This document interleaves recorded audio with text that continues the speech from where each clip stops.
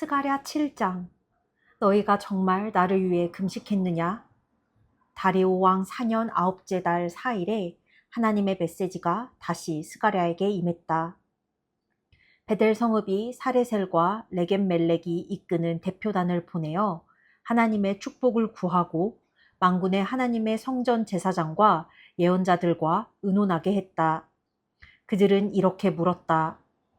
예루살렘 멸망 70주기인 금년 8월에도 늘 해오던 것처럼 애곡과 금식을 위한 날을 하루 정해서 지켜야 합니까? 그러자 만군의 하나님께서 내게 메시지를 주셔서 그들, 곧 백성 전체와 제사장들에게 전하게 하셨다. 너희는 과거 70년 동안 다섯째 달과 일곱째 달에 금식의 날을 정하여 지켜왔다. 그런데 너희가 정말 나를 위해 그 일을 했느냐? 축제일들을 지킨 것이 정말 나를 위한 일이었느냐? 아니었다. 나는 사람에게 관심이 있는데 너희는 종교에 관심이 있다. 이 일에 대해 너희에게 새로 해줄 말은 없다. 예루살렘이 사람들로 북적이는 번창한 도성이었을 때 그 주변에 있던 네겝과 스불라까지 사람들로 가득했을 때 이미 예언자들이 내 메시지를 전하지 않았느냐? 이는 하나님께서 스가랴에게 주신 메시지다. 그렇다. 지금도 메시지는 동일하다. 만군의 하나님이 그때도 말했고 지금도 말한다. 서로 정의롭게 대하여라. 너희 이웃을 사랑하여라. 서로 자비를 베풀어라. 과부들, 고아들, 나그네들, 가난한 이들을 착취하지 마라.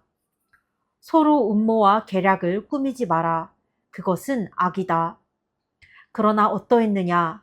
너희 조상들이 그 말씀을 들었느냐? 그렇지 않다. 그들은 이를 악물고 반항했다. 귀를 닫았다.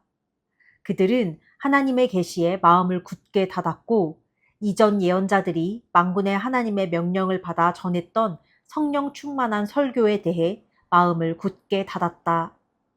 그래서 하나님께서 노하셨다. 정말로 노하셨다. 그분이 그들에게 명확히 전하신 말씀을 그들은 한마디도 듣지 않았다. 이는 만군의 하나님의 말씀이다. 그들이 내 말을 듣지 않는다면 나도 그들의 말을 듣지 않겠다. 내가 그들을 사방으로 흩어버렸다. 그들은 나그네 신세가 되어 타지를 떠돌았다. 약속의 땅은 잡초와 깡통과 엉겅퀴만 무성한 공터가 되었다. 생명의 흔적조차 찾을 수 없었다. 그들은 꿈의 땅을 황무지로 바꾸어 놓았다. 스가랴 8장. 내가 예루살렘으로 돌아왔다. 만군의 하나님께서 이 메시지를 주셨다. 만군의 하나님의 메시지다. 시온을 향한 내 마음이 뜨겁다. 시온을 생각하면 분노가 치민다. 그것은 내 문제이기 때문이다. 하나님의 메시지다. 내가 시온으로 돌아왔다. 내가 예루살렘으로 다시 돌아왔다. 예루살렘은 이제 새 이름으로 불리리라. 진리의 도성, 만군의 하나님의 산, 거룩한 산으로 불리리라. 만군의 하나님의 메시지다. 노인들이 예루살렘에 돌아와서 거리의 벤치에 앉아 이야기꽃을 피우고 지팡이를 짚고 안전하게 나들이 할 것이다. 노인들이 살기 좋은 도성이 될 것이다. 도성의 광장은 웃고 떠들며 뛰노는 아이들로 가득할 것이다. 아이들이 자라기 좋은 도성이 될 것이다. 만군의 하나님의 메시지다. 고향으로 돌아오는 일과 소수의 생존자들이 하나님의 성전을 재건하는 일이 너무나 큰일로 여겨지느냐? 그러나 내게 너무 큰일이 있겠느냐? 그렇지 않다.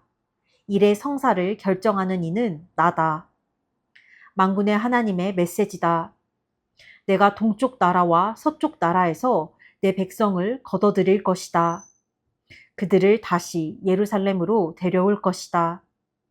그들은 내 백성이 되고 나는 그들의 하나님이 될 것이다. 내가 그들 곁을 지키고 옳은 길로 인도할 것이다. 만군의 하나님의 메시지다. 내가 예언자들을 통해 하는 말에 귀 기울이는 너희여, 이 말의 의미를 분명히 알고 굳게 붙들어라. 만군의 하나님의 성전이 다시 세워졌다. 성전이 재건되는 중이다. 우리는 어려운 시기를 지났다. 전에 너희는 쥐꼬리만한 돈을 벌기 위해 일했고 그것도 운이 좋아야 손에 쥘 수 있었다. 거리가 위험해 늘 경계하며 다녀야 했다. 내가 세상을 전쟁터로 만들었기 때문이다. 그러나 이제 상황이 변했다. 이제 나는 살아남은 자들 편에 설 것이다. 파종과 수확이 다시 시작되고 포도나무들이 포도 열매를 맺을 것이다. 동산의 초목이 우거지고 이슬과 비로 모든 것이 푸르러질 것이다. 살아남은 자들은 살아가는 데 필요한 것 전부를, 그 이상을 얻을 것이다. 너희 유다와 이스라엘 백성들아, 지금까지는 너희가 저주받은 백성 취급을 받았지만 이제 내가 너희를 구원할 것이다. 이제부터 너희는 복받은 백성이 될 것이다. 두려워하지 마라. 내가 지금 일하고 있음을 굳게 믿어라. 만군의 하나님의 메시지다. 너희 조상들이 나를 노하게 했을 때 나는 너희를 벌주기로 작정했고 그 뜻을 굽히지 않았다. 그때와 마찬가지로 이제 나는 예루살렘과 유다 나라에 복을 주기로 작정했다. 두려워하지 마라. 진실만을 말하여라. 개인적인 일에서나 법정에서나 옳은 일을 행하여라. 술수를 부려 다른 사람을 착취하지 마라. 거짓된 일이나 거짓된 말을 하지 마라. 나는 그런 것들을 미워한다. 너희는 순박하고 정직하게 살아라. 이것이 내가 너희에게 원하는 일이다. 하나님의 포고다. 애도의 날이 축제의 날로 바뀌리라. 만군의 하나님의 메시지가 다시 내게 임했다. 넷째, 다섯째, 일곱째, 열째 달에 지키던 애도의 날이 유다를 위한 축제의 날로 바뀌리라. 그날은 경축일이 될 것이다. 진리를 맞아들여라. 평화를 사랑하여라. 만군의 하나님의 메시지다. 무슨 일인지 알아보려고 각지에서 사람들이, 지도자들이 몰려오리라. 그들이 서로 의논하며 말할 것이다. 이 일에 동참해야 하지 않겠는가? 하나님의 복을 받는 일에 우리도 동참해야 하지 않겠는가? 만군의 하나님께 기도해야 하지 않겠는가? 망설일 이유가 무엇인가? 가자. 많은 민족들과 힘있는 나라들이 만군의 하나님이 주는 복을 얻고자 예루살렘에 몰려들 것이다. 만군의 하나님의 메시지다. 그때에 서로 언어가 다른 10사람이 유다 사람 하나의 옷소매를 붙들고 말할 것이다. 우리도 당신과 같이 가게 해주시오. 하나님께서 당신과 함께 하신다는 말을 우리가 들었다오. 스가랴 9장. 온 세상이 하나님을 바라본다.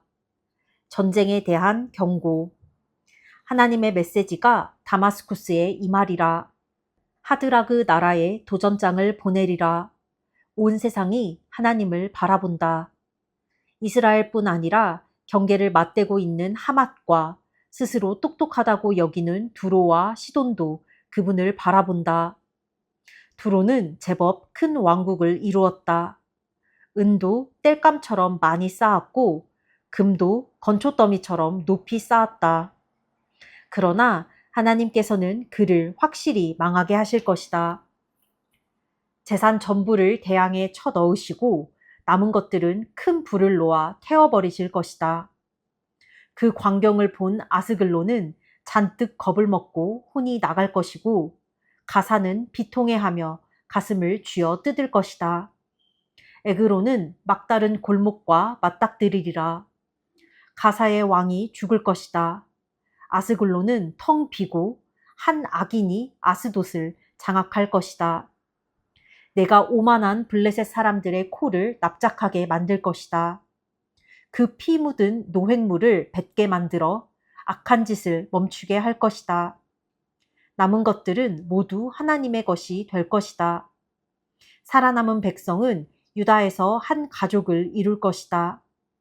그러나 에그론 같은 적들은 여부스 사람들의 전철을 밟아 역사의 쓰레기통 속에 처박히리라.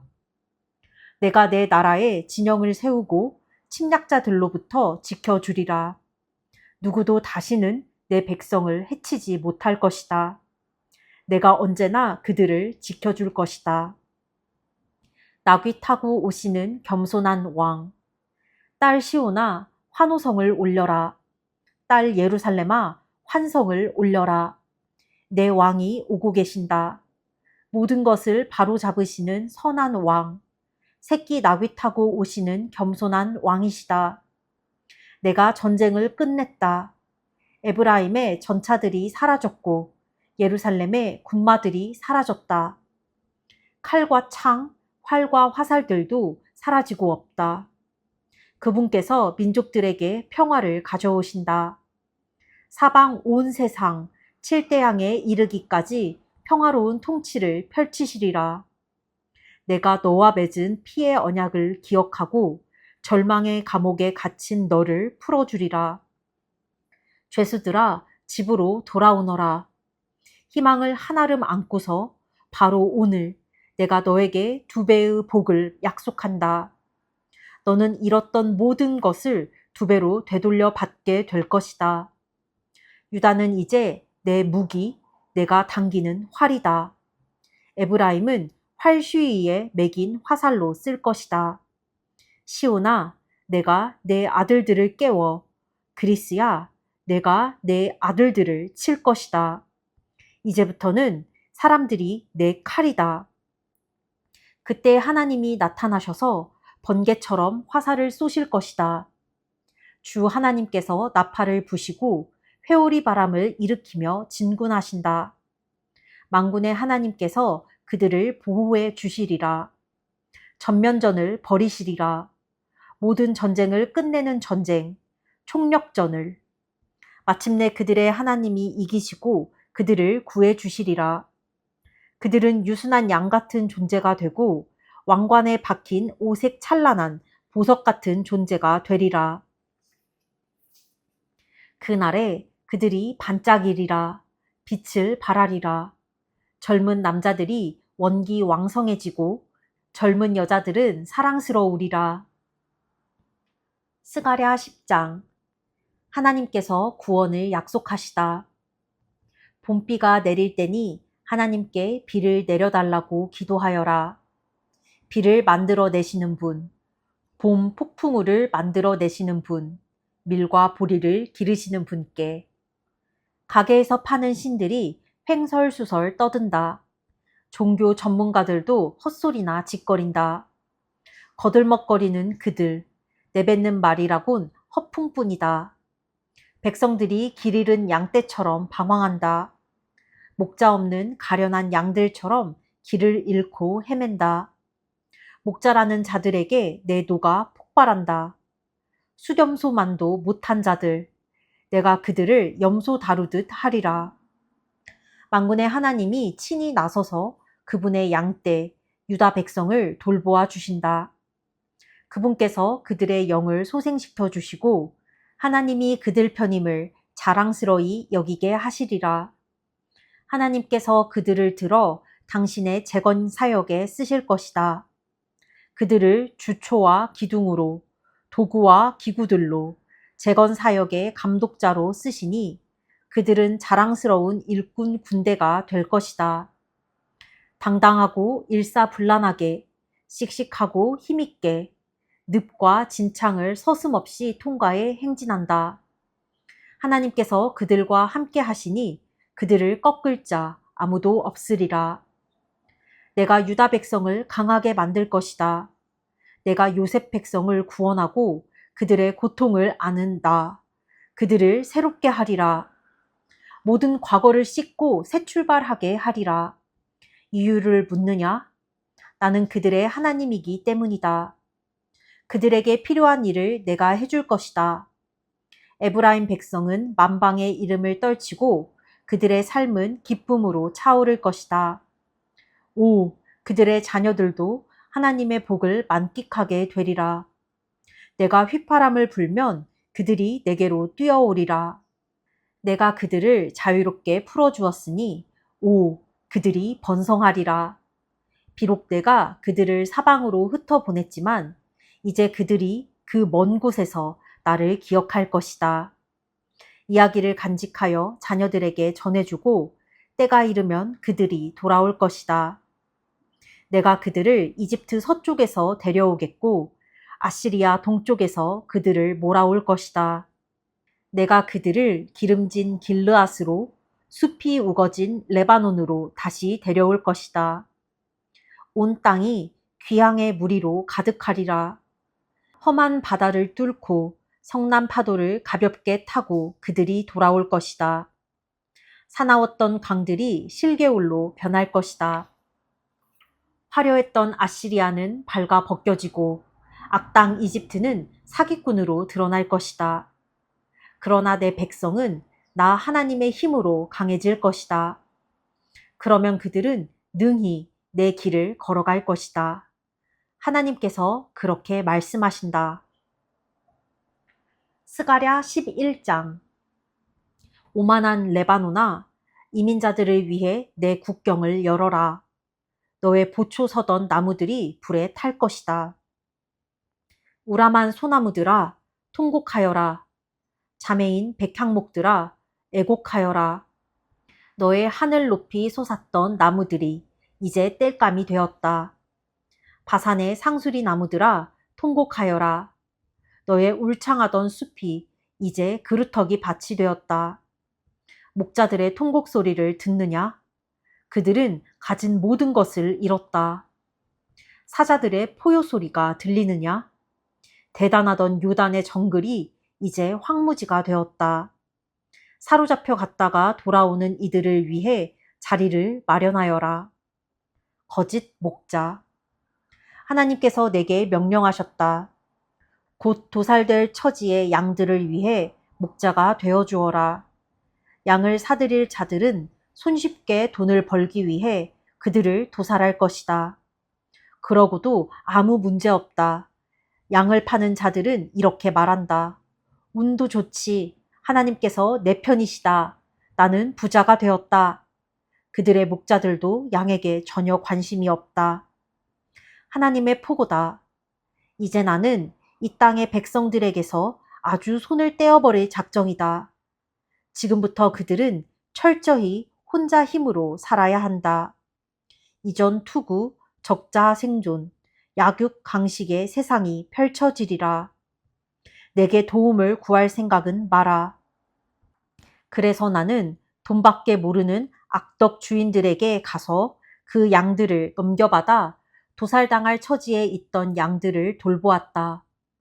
나는 양을 치는 막대기 2개를 가져다가 하나에는 사랑스러움이라 하고 다른 하나에는 화합이라고 이름을 써넣었다. 그러고는 그 양들을 돌보았다.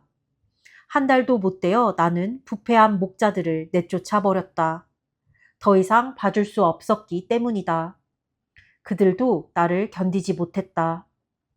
그 후 나는 양들에게도 지쳐서 이렇게 말했다. 너희에게 지쳤다. 더 이상 너희를 돌보지 않겠다. 이제 죽든지 살든지 너희가 알아서 해라. 공격을 당해도 할 수 없다. 살아남는 것들은 서로 잡아먹어라. 그러고 나서 나는 사랑스러움이라 이름 붙인 막대기를 무릎 위에서 부러뜨렸다. 내가 모든 백성과 맺었던 아름다운 언약을 깨뜨린 것이다. 막대기와 언약이 한 번에 깨졌다. 탐욕스런 주인들은 내 행동을 보고 배후에 하나님이 계시다는 사실을 알아차렸다. 내가 그들에게 내게 적절한 삭슬 알아서 쳐달라고 말했다. 그들은 삭스로 은 30개를 내게 주었는데 모욕적일 만큼 적은 액수였다. 하나님께서 내게 말씀하셨다. 그 돈을 자선 헌금함 속에 던져 넣어라. 내가 한 일에 대해 그들이 쳐준 값이 고작 그 정도였다. 나는 은 30개를 가져다가 하나님의 성전에 있는 자선 헌금함 속에 던져 넣었다. 그러고는 화합이라는 이름의 다른 막대기를 가져다가 무릎 위에서 부러뜨렸다. 유다와 이스라엘 사이의 화합을 깨뜨린 것이다. 그때 하나님께서 말씀하셨다.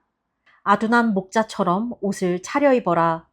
내가 이 땅에 바로 그런 목자 하나를 세우려고 한다. 희생자들에게 무심하고 길 잃은 자들을 낮추어 보며 상처 입은 자들을 멸시하고 양식 있는 시민들을 우습게 여기는 그런 목자 말이다. 그가 목자 일을 하는 것은 단 하나, 양떼를 이용하고 못살게 굴어 제 입속을 챙길 생각 때문이다. 너 아무짝에도 쓸모없는 목자야. 양떼를 방치하고 나 몰라라 하는 내게 화가 있으리라. 내 팔이 저주를 받으리라. 내 오른쪽 눈이 저주를 받으리라. 내 팔은 힘이 빠져 무용지물이 되고 내 오른쪽 눈은 멀어 한 치 앞도 보지 못하게 될 것이다. 스가랴 12장 예루살렘의 구원, 전쟁에 대한 경고, 이스라엘을 향한 하나님의 메시지, 하나님의 포고다. 하늘을 공간에 펼쳐 놓으시고 땅을 굳건한 기초 위에 놓으시며 인간에게 자기 생명을 불어넣어 주신 바로 그 하나님께서 말씀하신다. 잘 보아라. 이제 나는 예루살렘을 한 잔의 독한 술이 되게 할 것이다. 유다와 예루살렘을 포위한 자들은 그 술에 취해 인사불성이 되어 비틀거릴 것이다. 그 큰 날에 나는 예루살렘이 모두의 길을 막아서는 거대한 돌이 되게 할 것이다. 그 돌을 들어 옮기려는 자들은 다 부서져 내릴 것이다. 모든 이방 민족이 힘을 모아 그 돌을 없애고 싶어 할 것이다. 하나님께서 말씀하신다. 그 큰 날에 내가 모든 군마와 기술을 공황 상태에 빠뜨려 미치게 할 것이다. 그러나 유다는 언제나 내가 보살필 것이다. 적의 말들을 눈멀게 하는 순간에도 그들을 지킬 것이다. 그러면 유다의 가문들이 깨닫고 이렇게 말하리라. 우리 지도자들이 그들의 하나님, 만군의 하나님의 능력을 덧입어 저토록 강해졌다. 그 큰 날에 내가 유다 가문을 바싹 마른 숲속에 불붙은 성냥과 같은 존재, 건초 가득한 헛간 속에 타오르는 횃불과 같은 존재가 되게 할 것이다. 그들은 보이는 모든 것을 불사를 것이다. 오른편에 있는 사람부터 왼편에 있는 사람까지 모두 불사를 것이다. 예루살렘은 이주해 오는 사람, 귀향하는 사람들로 북적일 것이다. 나 하나님은 유다의 평범한 가정들을 회복시키는 일부터 시작할 것이다. 유다 평민들이 맞을 영광이 다윗 가문과 예루살렘 지도자들의 영광 못지 않을 것이다. 그 큰 날에 나는 예루살렘에 사는 모든 자들을 돌볼 것이다. 가장 낮고 약한 사람도 다윗처럼 영광스러워질 것이다. 다윗 가문은 백성을 인도하는 하나님의 천사 같은 존재가 될 것이다. 그 큰 날에 나는 그동안 예루살렘을 대적한 모든 이방 민족들을 없애버릴 것이다. 그런 다음 다윗 가문과 예루살렘 주민에게 은총과 기도의 영을 부어줄 것이다. 그러면 그들이 곧 그들에게 처참히 상처 입은 이를 알아보리라. 그들에게 찔린 창 자국을 알아보리라. 그들은 슬피 울 것이다. 참으로 슬피 울 것이다. 맞이를 잃은 부모가 슬피 우는 것처럼 울며 통곡할 것이다. 그날 예루살렘에서 일어날 큰 통곡은 무깃도 벌판 하다드림몬의 통곡만큼이나 비통할 것이다. 모두가 눈물 흘리며 슬피 울 것이다. 땅과 땅 위의 모든 자들이 다윗 가문이 울고 그 가문의 여인들도 울고 나단 가문이 울고 그 가문의 여인들도 울고 레위 가문이 울고 그 가문의 여인들도 울고 시므이 가문이 울고 그 가문의 여인들도 울고 나머지 모든 가문이 울고 그 가문들의 여인들도 울리라. 아멘. 이제 스가랴는 이스라엘이 다시 모여서 나라가 하나님 앞에서 회복되고 이제 이스라엘을 비웃었던 이방 민족들이 어떠한 최후를 맞는지에 대해서 보여주는데 이 스가랴 9장에서부터 나귀를 타고 오시는 겸손한 왕이라는 타이틀로 예수님이 오실 것에 대해서 보여주고 있는 것 같다. 평화로운 통치를 이끄실 예수님. 그리고 스가랴 12장에 예루살렘의 구원이란 말이 나오는데 내가 보기엔 이 부분도 예수님이 오시는 것에 대해서 예언하는 것 같다. 특히 다윗과 예루살렘 주민에게 은총과 기도의 영을 부어줄 것이다. 그러면 그들이 곧 그들에게 처참히 상처 입은 이를 알아보리라. 그들에게 찔린 창 자국을 알아보리라. 그들은 슬피 울 것이다. 이게 예수님의 십자가 사건을 의미하는 것이 아닌가 싶다. 어쨌든 예수님이 이 백성들에게 평화의 통치를 하시고 막 힘있는 왕권 국가 그런 것이 아니라 진짜 하나님이 말하는 이웃과 이웃을 사랑하고 하나님을 섬기고 예배하는 삶에 집중하는 것, 그리고 하나님의 말씀을 따라서 거룩하게 사는 삶, 겸손하게 주변의 이웃을 돌보고 내가 높아지는 것이 아니라 하나님의 의를 드높이는 삶을 사는 것을 이렇게 가르치고 사람들을 이끄려고 하셨지만 어쨌든 마지막에 끝에는 모든 인류의 죄를 지고 십자가에 지셨고, 근데 그 지는 과정에서도 핍박이 있었고 고난이 있었고 예수님을 잡아들이고 채찍질하고 매질하고 십자가에 못 박아. 하지만 하나님께서 사람들에게 영의 눈을 띄워 주셨을 때 그들은 알겠지. 아, 우리가 못 박은 게 예수님이구나. 하나님의 하나밖에 없는 독생자구나 하면서 또 하나님 그 옆구리에 창을 찌르거든, 로마 군인이. 그러면서 그 찔린 창자국을 알아보리라. 그리고 슬피 울리라. 라는 내용이 나오는 것 같다. 그래서 어떻게 보면 스가랴는 이제 구약의 굉장히 후반부 파트인데 이스라엘이 앞으로 이제 신약, 예수님이 오기 전까지의 어떠한 과정을 가질지에 대해서 조금 나와 있는 부분 같다. 오늘은 여기까지.